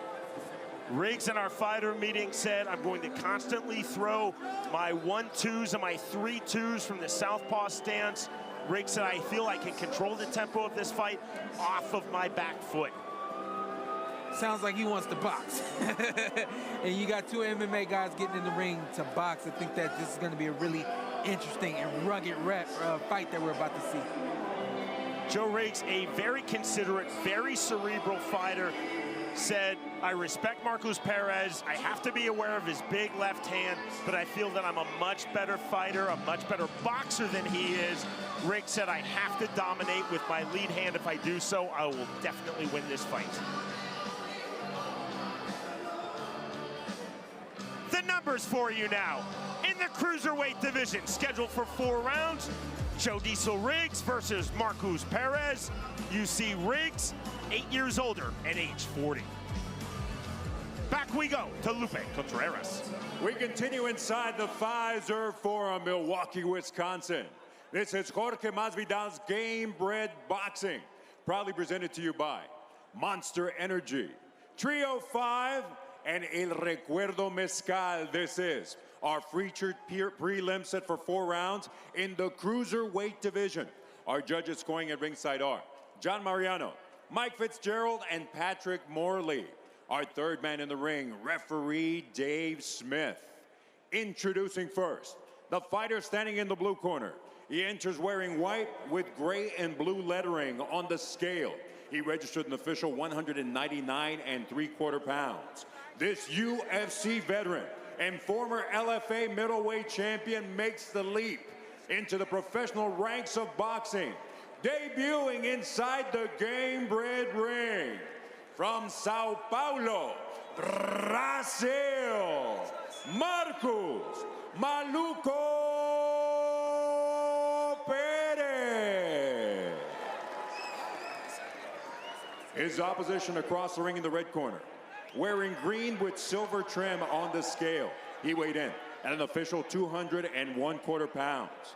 This MMA veteran with over 50 victories and UFC vet, also a former WEC middleweight champion, returns to boxing inside the Gamebred ring with a record of 9-1. 8 of those victories coming by way of KO. Hailing from Phoenix, Arizona, and now fighting out of Great Falls, Montana, Joe Diesel Red.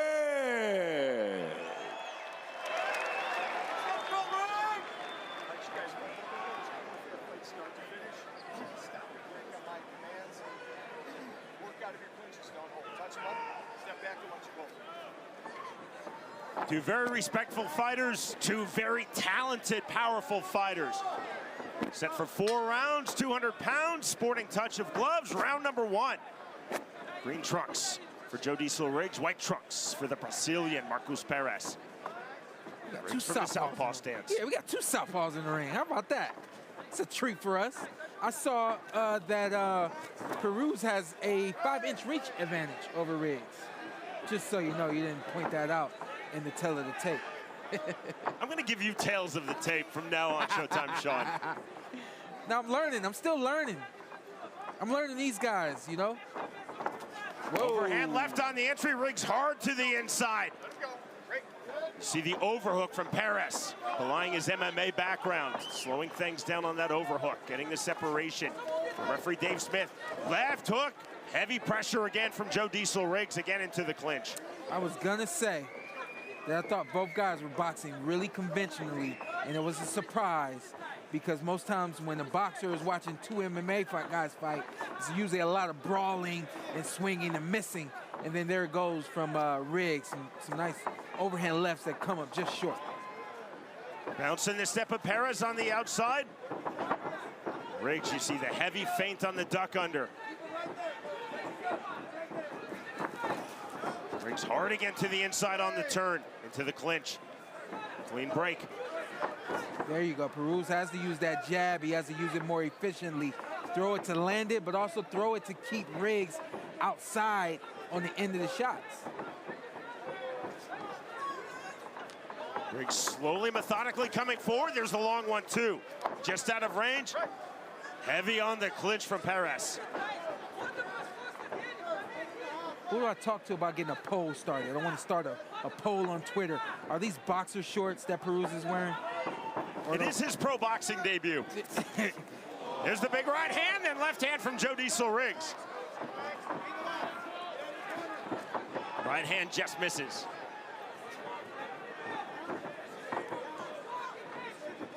In the UFC, they mandate what you wear. You get no freedom of choice. I know. I'm impressed by Perez because he's looking. I'm looking into his eyes. He's really trying to pick his punches carefully, but you can also see a lot of hesitation there, and that's not good. Riggs forward off the hooks. The turn up from Perez. Now Perez exploding to the inside. Don't forget that Riggs is 40. This is a really good start for Riggs. I think maybe a little faster than he needs it to be, because he's got a couple of rounds to try to put this all together. Final seconds, round number 1. Bouncing the step of Joe Diesel Riggs. Right hand, left hand on the entry, again into the clinch. There is the bell. 30 minutes from now, our main card begins. Here from the jam-packed Fiserv Forum, home of the NBA's Milwaukee Bucks. We're in Milwaukee, Wisconsin, on Lake Michigan. Our main card begins top of the hour. Right there, big overhand left, and he came with a double overhand left.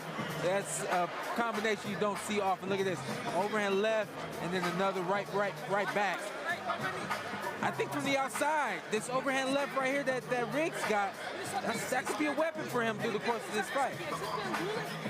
A couple of brawls through that first round, but for the most part, the action was controlled by Riggs. This right there, that right there at the end was Perez trying to take advantage of an opportunity. I can't be making this up, Sean. In the red corner, everyone has stood up tonight. I pay attention to detail if you didn't know that. They're channeling George Foreman. I have everyone in the red corner tonight so far has stood up. Round number 2. When I saw George Foreman do that in the second half of his career, I thought it was the coolest thing ever. Yeah, I was going to say, like, you know, if anyone should be sitting down, it's the 40-year-old Riggs. However, you take a look at what George Foreman was able to accomplish, and you let that man do what he wants to do, Riggs, that is. George Foreman's great line was, I don't sit down because I'm afraid I won't be able to stand back up. I like that. There's the right hand, Riggs, heavy pressure. Joe Riggs is most definitely not like most 40-year-old human beings. Yeah. Joe Riggs, a very special athlete, very special fighter. I believe it. You can tell he's got some pep in his step. He's steadily coming forward and just trying to feel his way through this round and through this fight. On the other side there, you got Marcus. I think he needs to be throwing that jab, and he needs to be letting it go periodically, much more than he is, just to set something up. And the left hand, right hand on the turn. And of course, beyond that, if you're throwing a jab, you don't give your opponent an opportunity to get close on you. There's flurry on the inside. Good left hand on the exit from Marcus Perez. Let's talk about the hesitation. Did you see that left? He threw overhand left, and it was like it stopped in midair. It's just too much hesitation coming from Perez. Riggs resetting.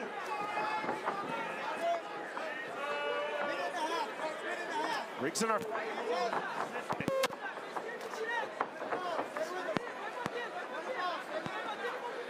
Riggs in our fighter meeting was insistent, apologies for the audio troubles, that in the southpaw versus southpaw fight, he had to dominate with his lead hand.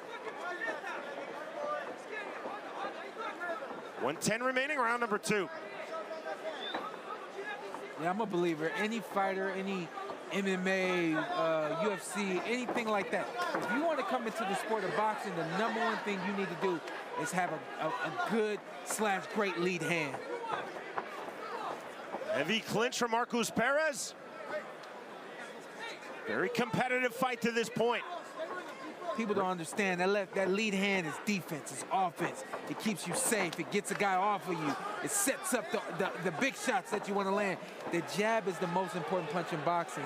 Both of these guys need to utilize it more. That was a very effective MMA turn by Perez. I saw that, yeah. He smiled sheepishly, apologized to Joe Riggs, who knows something about MMA turns. Knows quite a bit, actually. Hey, listen, at some point, you got to go back to what you know and you do well, you know? Riggs looking for that lead right hook again. Riggs exploding into the pocket. Heavy pressure from Riggs on the inside. Perez initiating that clinch defensively. Perez looking to his corner. Final seconds, round number 2. We move to round 3. Again, pay-per-view is the way to watch our main card. Top of the hour. 8 fights in total heading your way. Our feature fight at 147 pounds, Jose Aldo versus Jeremy Stephens, our co-main. In the cruiserweight division, Vitor Belfort, today is his 46th birthday, versus Jacare Souza. In our main event, scheduled for 8 rounds in the cruiserweight division, Roy Jones Jr. versus Anthony Pettis.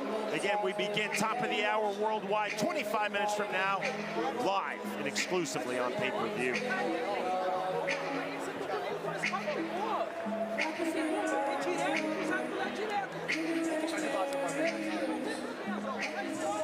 I like the aggression that Joe has been able to initiate in this fight. It's just enough. No, it's not crazy effective, and no, he's not completely having his way with against Perez, but Joe is definitely making it clear that he's winning each round. To round number 3 we go.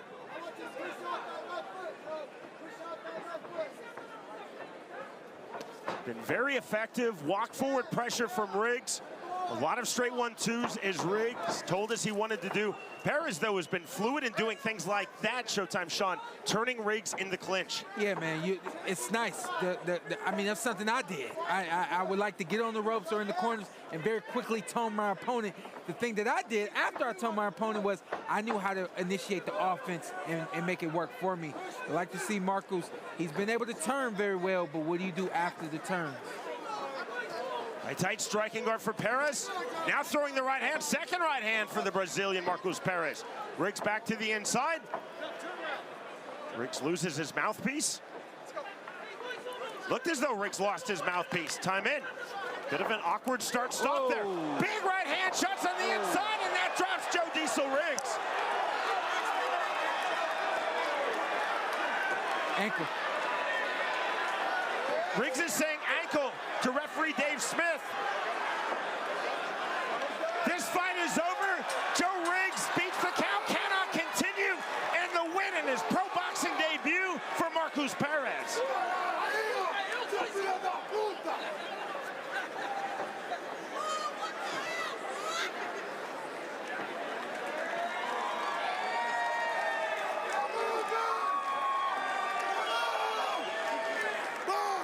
That was fast and unexpected. Looks like it's either the ankle or the leg. Can't tell which one, but I mean, I like to say Joe was really having his way, and then big hook right there landed by Marcos.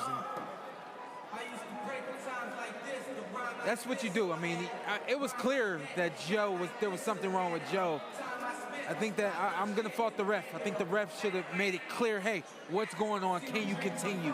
The ref did not do that. Fight continues. Joe's hurt. He doesn't. He's helpless, and Marcos takes advantage. I thought that Joe Riggs had lost his mouthpiece because he looked down, but he was looking down to his ankle.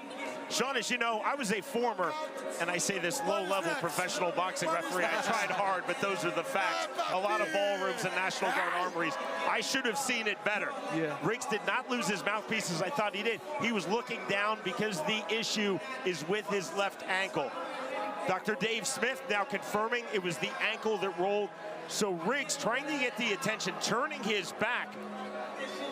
Very sporting for Marcos Perez, not attacking. Riggs then coming in, then going down. And as Riggs was taking the mandatory 8 count from referee Dave Smith, Riggs was talking to Louis Lopez, the BKFC fighter in his corner, saying, it's my ankle, it's my ankle. Yeah, when you said it was the mouthpiece, I didn't want to disrespect you, but I was thinking to myself, what are you talking about? His mouthpiece is in his mouth. Nonetheless, I just, you know, I would like to see a ref protect a fighter in that position. He should recognize that something was wrong and made it very clear to Joe, are you okay? Can you continue? And I think that Joe just took some unnecessary punishment. It's a good thing that I wasn't reffing this fight, or I would have been looking for the mouthpiece. But again, Riggs was looking at his ankle. He turned his back. There was a brief hesitation. Very sporting for Marcos Perez. Time in, Riggs down, and Riggs cannot continue because of the left ankle. He now has his shoe and sock off. And the ringside physician here from the Wisconsin Athletic Commission is tending to that left ankle of Joe Diesel Riggs. He has to be massively disappointed.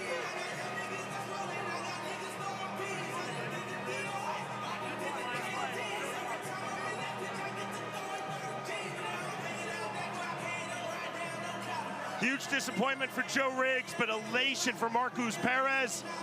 He came over to our commentary position with a huge smile on his face. He said, I told you I could do it.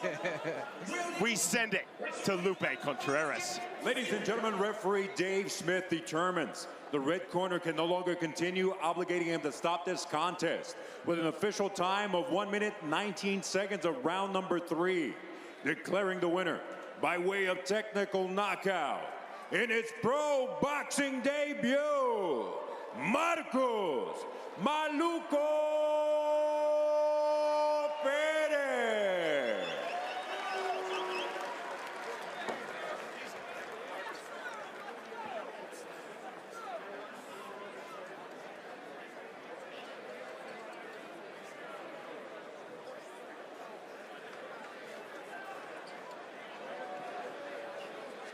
Cyrus Fees is going to interview the winner, Marcos Perez. And there's always the backup mic. Look at Lupe Contreras. Marcos Perez, congratulations. Big victory over Joe Riggs. Obviously, he goes out due to injury. That ankle not looking good. That's not how you want to get a victory, but you have to be happy with your performance tonight in Milwaukee.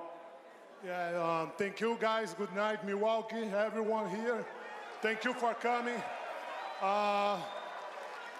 Thank you, Joe Riggs, for accept the fight and fight to me.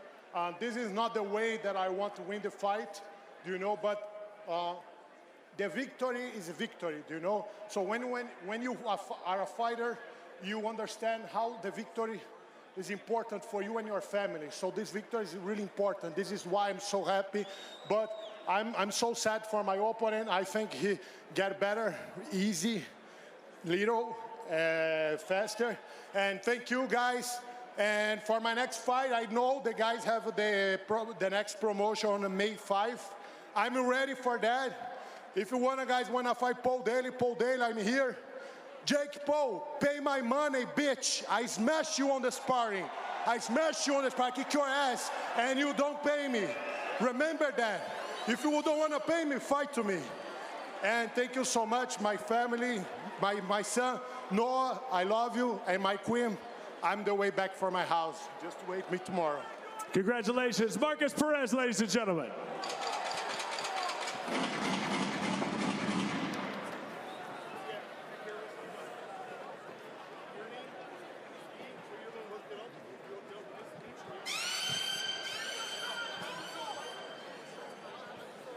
Sean, impressive for Marcos Perez in his pro boxing debut against the very talented Joe Diesel Riggs.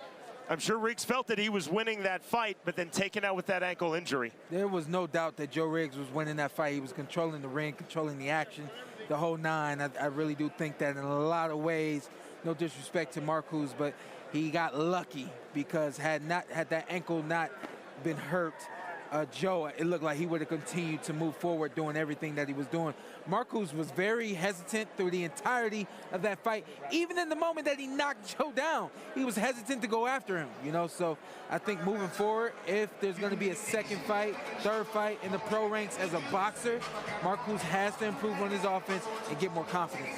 In our final prelim of the evening, the winner by way of third round TKO due to injury, Marcos Perez defeats Joe Riggs. Showtime, Sean, counting down now to our main card. 8 fights in total. Again, the way to watch worldwide is on pay-per-view, multiple options. If you're watching in the US and Canada on all cable and satellite systems, that is in demand. ppv.com digitally, that is in demand. Pay-per-view arm digitally. Also, many of you watching our prelims, our freeview right now live worldwide on UFC Fight Pass, you can order our pay-per-view through UFC Fight Pass. And if you're watching right now outside of North America and South America, you can order and view our pay-per-view, which begins in just over 15 minutes from now, top of the hour on Fight. This is such an intriguing card. We've already had the flavor of pro boxing versus pro MMA with a lot of bare knuckle BKFC thrown in. That will continue in our 8 fights and our main event. Roy Jones Jr., a world champion at 160, 168, 175. 20 years ago, he defeated John Ruiz to become the world world heavyweight champion. That was March of 2003. He's 54 years old. Yeah. Anthony Pettis fighting here in his home city, Milwaukee, Wisconsin. One of the greatest 155ers in the history of MMA, a UFC champion, a WEC champion, but this is his pro boxing debut. Yeah, I'm just really curious as to when it comes to Roy, who are you now at this point in your career? Obviously, you're fighting for much more than just money or just stardom. You've done all that, and you've had all the accolades. Who are you at this point? You know, we saw him come out earlier with Jangra, and they got a great victory, and I think that will get him in the right space to come out here and perform. On the other side there, you got Anthony Pettis, has been biting at his chops to get into the sport of boxing, but didn't want to just come in quietly. He's coming in extremely loudly against one of the greatest fighters of all time. And I think that this is going to be really interesting to see what both fighters decide to do and who they are tonight on Fight Night. In this era of boxing, in this era of combat sports, we're getting a lot of exhibitions. Sometimes they're not billed as exhibitions. Make no mistake, this is not an exhibition. This is a real fight. Yeah. You can look on BoxRec, MMA fans, you can look on Tapology. Roy Jones Jr. is taking this extremely seriously. It's all about legacy. Yeah. Anthony Pettis is taking this extremely seriously. It's all about legacy. Yeah. You know, when I first got the call about this fight, I immediately, is this an exhibition? And I didn't believe that it was not an exhibition.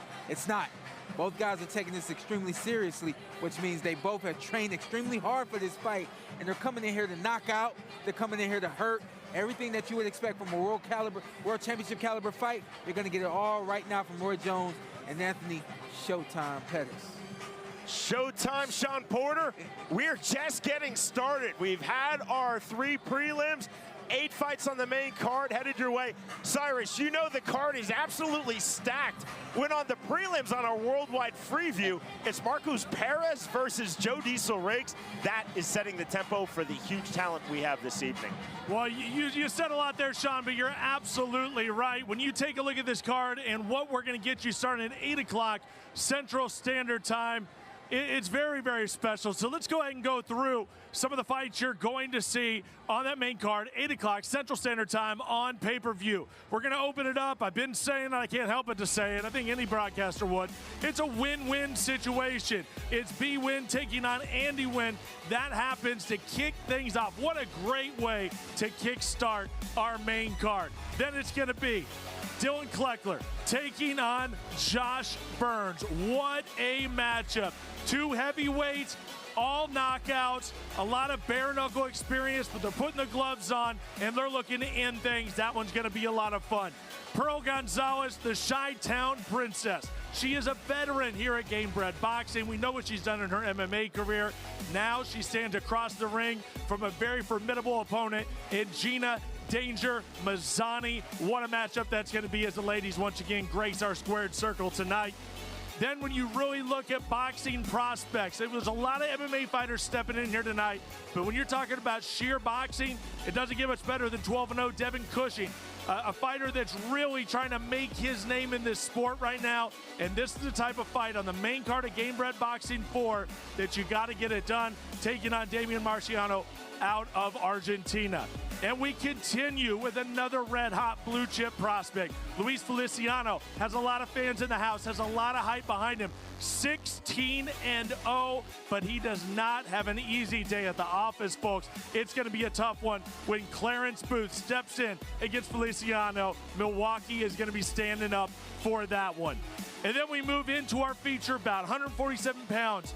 It is Jose Aldo, the one and only, former WEC, former UFC featherweight champion, widely considered the best featherweight in the history of mixed martial arts. He is going to be across the ring from Jeremy Little Heathen Stevens, a fighter that he faced in the UFC, that he beat in the UFC. But Little Heathen Stevens, I say this all the time, he was born with a chip on his shoulder and dynamite in his hands. You never count him out.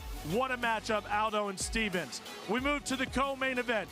2 Brazilian legends in combat sports. Vitor the Phenom Belfort. We remember he wins the UFC tournament, UFC 12 at 19 years old. Goes on to be light heavyweight champion. And then Jacare Souza, a fighter that has always been at the top of the rankings, was able to be the Strikeforce champion. Now these 2 former world champions rematch. The first one went to Jacare. Vitor looking to get that win back tonight in our co-main event. And then the main event. Folks, come on. Anthony Showtime Pettis, you know the memories and the highlights he has given you throughout the years. But this is a whole nother level, a whole different sport. Stepping into the boxing ring, 8 3-minute rounds against one of the GOATs of the sport, Roy Jones Jr., Captain Hook, the man. Roy Jones Jr. at 54 years old is going to give everything that he has. Could this be his last fight?